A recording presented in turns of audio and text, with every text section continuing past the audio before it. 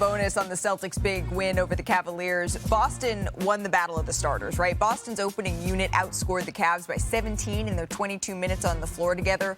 All 5 Celtics starters had positive plus-minus, and all 5 Cavs starters were in the negative. And that led the Cavs to trail by more than 10 points for 10 minutes and 55 seconds last night. That almost matches their total time trailing by more than 10 during the entire 15-game win streak that they had to start the season. And as they often do, the Celtics won with elite three-point shooting. They made 22 of 41 threes. Boston has now made 287 three-pointers this season, the most over any 15-game span by any team in any stretch in NBA history. So what about a little post-game bevy to celebrate?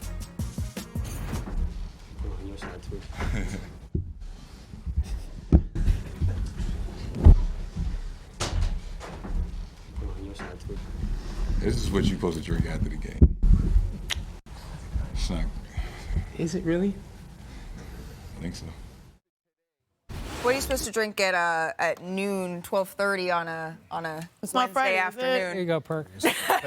Pass me that. You might. Cheers. I might get kicked off a countdown. Oh, well, let's not quite do that. You all do have a whiteboard eraser marker thingy in front of you. What do we call this? A Derek whiteboard? A Derek whiteboard.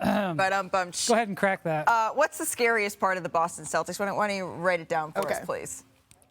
We'll fill in Who's the starting? blank. Oh, We're all it's doing it me? at the same time?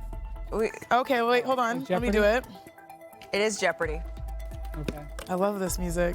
I'm going to risk it all. You're going to risk what all? I'm going to risk I'm risking it all. I got the right answer, so I'm making all The my scariest part of the Celtics is 3. threes. The Threes. three-point shot. Okay. Three-point shot. You said 287. Here's what's so scary about the fact that they set a record through 15 games. Kristaps Porzingis isn't even there. Kristaps Porzingis is a weapon from three-point range, not because he can make them, but because he can make them from 25, 27 feet, which pulls the big man so far out.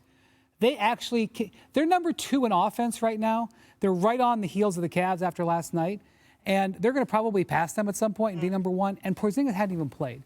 The three-point shot has become weaponized by Joe Mazzulla and this roster, and they're not stopping anytime soon. That's so obvious. That's what we already knew, Wendy. How about this? I'm going to go with me.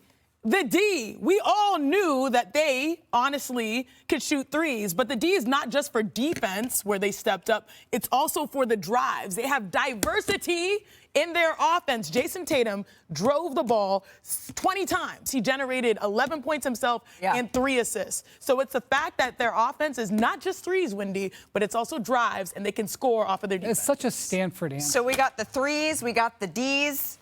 Perks got. Duh. Duh.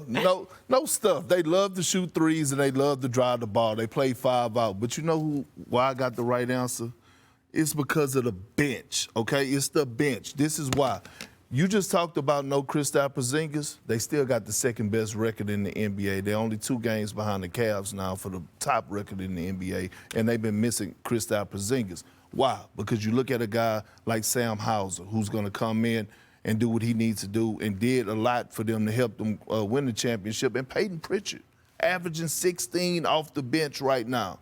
Early front runner for 6th man of the year. So mine was the correct answer. I just enjoy drawing logos, as I often That was do pretty when good. You guys, when you guys are That's talking about very team, good. That's solid. That's solid. Draw the logo of whatever team we're talking about. Back here with us on NBA Today, our senior insider, Shams Charania. Shams, Kevin Durant has missed the last 6 games. Bradley Beal the last 4. Both won't play tonight against the Knicks. But what are you hearing in terms of a timeline for their returns? Malika, Kevin Durant has been out since November 8th with that calf strain. I'm told he is progressing. He will miss tonight's game. But there is optimism that Kevin Durant will be able to make his return at some point next week. Could be as soon as Tuesday's Cup game against the Lakers or Wednesday against the Nets, both games at home. And Bradley Beal, similar trajectory. The Suns, Beal, they're hopeful that he could return at some point next week. He's also dealing with a calf injury. Okay, so sometime next week, we could be seeing both of these 2 stars back on the floor. Shams, thank you so very much. We will see you a little bit later on NBA Countdown. Hey, let's take a look at this daily assist. It's brought to you by Panera Bread. So LaMelo Ball, watch this here. Charlotte heaves this alley-oop pass to Brandon Miller. These two rapidly becoming one of the best oop duos in the league. Very exciting, too. But after building a big lead in this one, for the last 3 minutes and 48 seconds of the game, Shanae, against the Nets, Ball was benched, and then the Hornets, they wind up losing this game by just 1 point. So this has been chatter around the NBA stratosphere today, why it was that Trey Mann was given run over LaMelo Ball. What do you think of this one? Well, I know what Charles Lee, their head coach, said after the game. He basically said, I went with Trey Mann because he gives us a better chance at both ends, which is code for he defends, and LaMelo does. And LaMelo has great size. He's 6'7". It's one of the reasons he's been regarded as such a great prospect since he's been a young teen. But he's not shown he can do it in the NBA. He gets run over defensively. What was surprising, look, there are star guards who get benched for defensive individual possessions all the time. It's happened to Steph. It happens to Dame Lillard.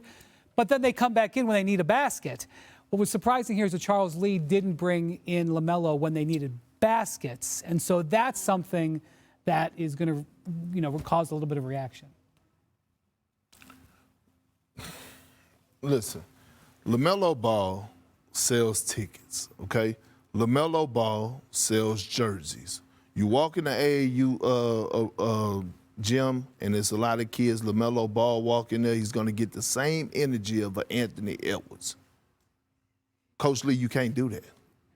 I bet this is last time ever trying to make a statement like that. You cannot do that to your franchise guy. You got to let him play through that. You got to challenge him, but you can't. He's trying to win games. I get you what? Wendy. They've been pretty decent to start the year. Okay. And it's a good opportunity for them to learn the value of every possession and playing on both sides.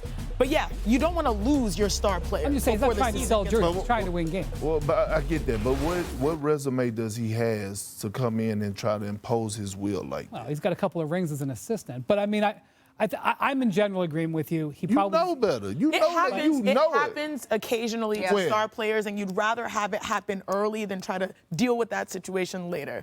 But I do think that there's a way to he knew what he was doing, right? He knew that he was gonna. He knew when he didn't have him in the game. It would there was going to be a reaction. I bet you they had a coming to Jesus meeting too yesterday. But that might have been the point. That might have been the point. Right, and from what I understand, everything that I've heard coming from inside of that locker room is that LaMelo wasn't happy about it, but he took it professionally, and this is a team that's trying to move forward and build a real identity. NBA